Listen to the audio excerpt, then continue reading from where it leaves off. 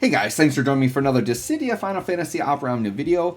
Today I wanted to do another crack at this Shinryu fight here. So this is the latest Shinryu that came with Neon, and in my first video I brought Warrior of Light, right? And I did because these enemies are very aggressive and they can kill you, and I wanted that defense. But I knew, and I had done an attempt with Penelo and Garnet, like this same team comp before. Died right away. I'm like, all right, I'm just going to grab Warrior of Light. But I wanted to take the same team in just to show that I can get it done. I know that this team could do it. So something that kind of I didn't realize or see from doing my first fight is that these enemies actually will like counter you if you do elemental damage that isn't fire. And that can be a big thing that kills you. So what I said before, that I know that this team can do it, it's just about timing like the Raijin better. So as long as I time Raijin at the right time, we should be good here and be able to get through this fight just fine. Because the thing is once you get Penelo going, you can see they absorb other elements too, so they're just like absorbing all that. So with Neon right away, I'm like, we got to get that BT effect up because we need that true fire enchant, right? So I ended up doing the LD first, but then we got to get the BT effect up pretty quick after that, so that we can do it. Or no, I did her instant turn right there. Sorry. That was instant turn rate, because my thought is let's go in and break them. And actually, I showcase something you can kind of do that's cool here. Watch. So just watch this really quick. I think it happens here, but there's something really cool I kind of noticed about fights like this that you can kind of exploit. Let's see, does it happen here? It doesn't happen here, but it will happen eventually. But what you can do is when enemies absorb an element and you have an off-turn character who's getting absorbed, you can basically do like unlimited instant breaking, because what you can do with Neon is her instant turn rate, like she has her instant turn rate attack, and maybe it already happened and I missed it, but what can happen is you can do the instant turn rate attack, Garnet will follow up and actually give them Brave after you break them, and then you can just break them again. So if you had, say, like a cane or something that was maybe enchanted to the wrong element, dropping spears, you could almost do like an infinite combo where Cane would keep giving them Brave, and then Neon becomes an instant breaker, which would be kind of crazy, right? Or just any fire attacker then would be an instant breaker. So if I think of it, I maybe, or if I have time, I don't know if I will. It's gonna be a busy week, but maybe I'll try to do a run where I intentionally try to exploit that combo, where I try to bring like Cane or something and get him enchanted for like the wrong element, put him up in the air enchanted for the wrong element, and then see like how much I can break them with Neon. It doesn't like wreck the fight or anything, because I think the fight is built for you to delay them a bunch anyways, because Cloud of Darkness is featured, right? But it's just like kind of a fun, it's kind of like a built-in Sephiroth, but it's like more obscure because you can't do it anywhere. You specifically have to have a fight where the enemy's Brave gain on your own attacks, right? So I just thought that was kind of funny that I kind of noticed that going through. So here I'm just setting up like selfie launch. We're going to get Garnet's BT effect up, which I haven't done yet. I need to do that. So I'm getting to the point where I'm about ready to kind of ramp and get this FR stuff going, right? So we got the selfie LD up. We're going to get back to Selfie's turn. Selfie's just going to ramp back into Penelo. Penelo is going to go into FR, and then we're going to kind of dominate from there, right? Now we do get something odd that kind of happens, which we'll see. And maybe one of you in the comments can let me know why this happens. But I'll explain it as we get through here. So now that I have Neon's BT effect, now I'm going to put the LD effect on, because now the LD will not lose stacks when my party members take turns. I've been kind of finding that I like that setup better, is doing the BT effect first and then dropping the LD. When I first started using Neon, I was doing the LD first and then going BT second, but I find even after just one LD use, like especially if I'm ramping and stuff, I want to do too many actions with my party members, and then I don't want to like lower the buff down. So I feel safer just doing BT effect first. Plus we're getting the fire enchant right away, and then we LD on Neon's second effect, and then that way we know we just keep all the stacks and we're good, right? All right, so watch what happens here.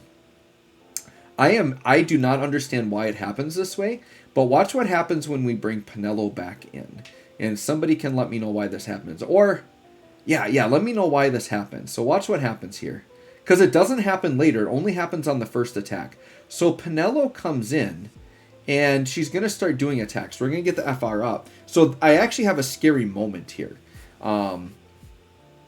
Actually, do I do Rain's Call here? I don't remember if I do Rain's Call. I guess I do a Rain's Call to pull Neon up, just so I can get Neon up sooner. But you see here, Rain's Call fire enchanted, right? We had so anytime we see rainbow numbers, we know we're dealing fire damage, right? Okay, so we're good. And this is coming from the BT effect of Neon, so it should just be passive. We're constantly getting true fire enchanted, right? So Penelo right now should have fire damage, right? Like I do not see why Penelo right now should not be fire enchanted. So, but watch what happens when I actually do an attack here. Okay. All right, so watch this Penelo attack. We're going to do her BT attack here. Yep, we're going to pop that. And watch what happens. This is, I don't know why this happens. So we'll see the attack come through. And here's what you're going to notice. Watch this. No rainbow numbers.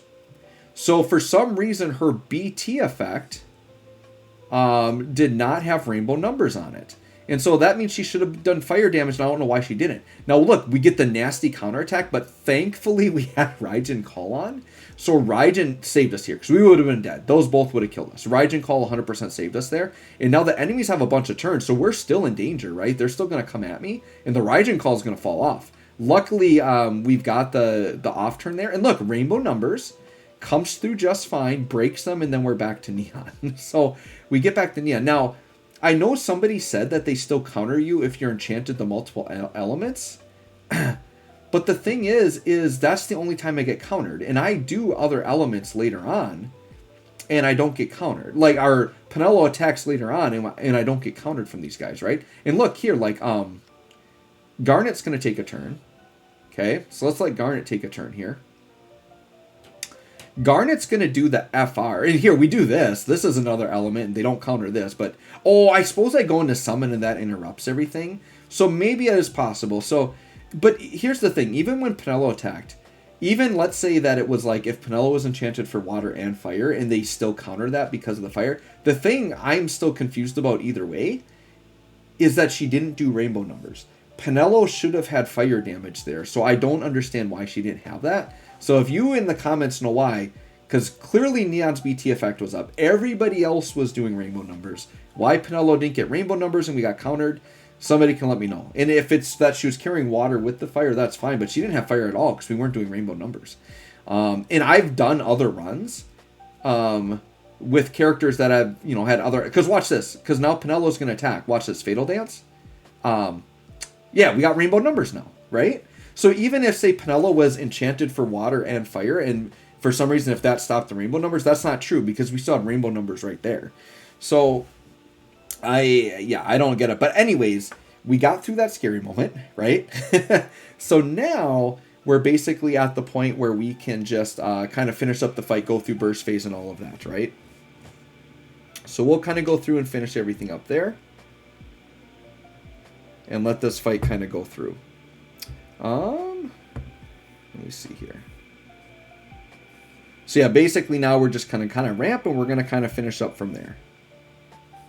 Let me see something here. Okay. Sorry, somebody was knocking at my door, and I had to make sure that somebody was getting the door or whatever. But yeah, we're all good to go here. All right, so now once we got to this point, though, I knew we would be fine.